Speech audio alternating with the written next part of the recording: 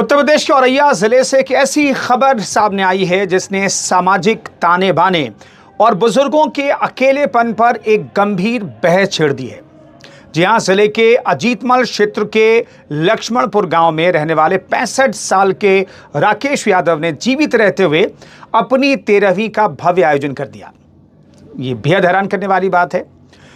आइए आपको बताते हैं कि दरअसल पूरा मामला है क्या। दरअसल आमतौर पर 13वीं मृत्यु के 13वें दिन परिजनों द्वारा आयोजित की जाती है, लेकिन राकेश यादव ने खुद इस भोज यानी कि भंडारा भोज आप जिसे कहिए उसकी मेजबानी की।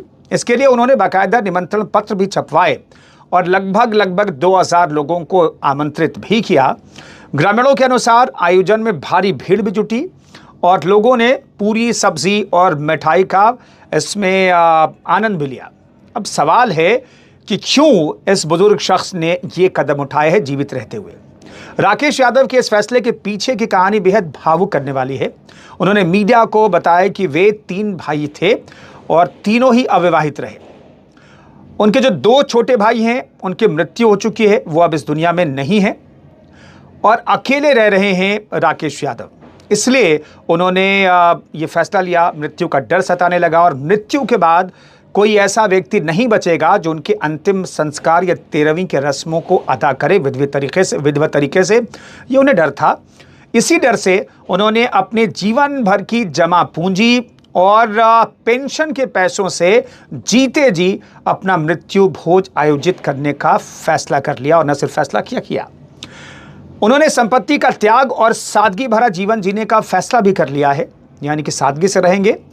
आयोजन के साथ ही राकेश यादव ने अपनी मोह माया त्यागने का भी परिचय दिया है, फैसला किया है और उसे दिखाया है। उन्होंने अपना पुश्तैनी घर एक रिश्तेदार को डोनेट कर दिया।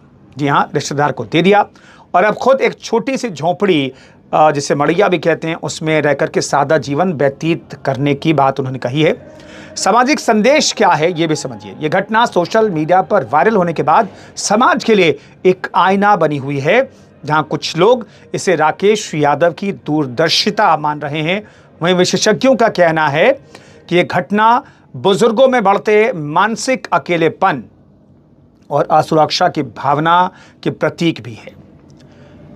तो ये घटना अलग है, लेकिन सामाजिक तौर पर सोचने के लिए घटना हमें मजबूर भी करती है कि क्या हमारे समाज में बुजुर्गों के मृत्यु के बाद भी ये डर है कि आखिर उनका 13वीं कौन करेगा अगर कोई रिश्ते में नहीं है तो।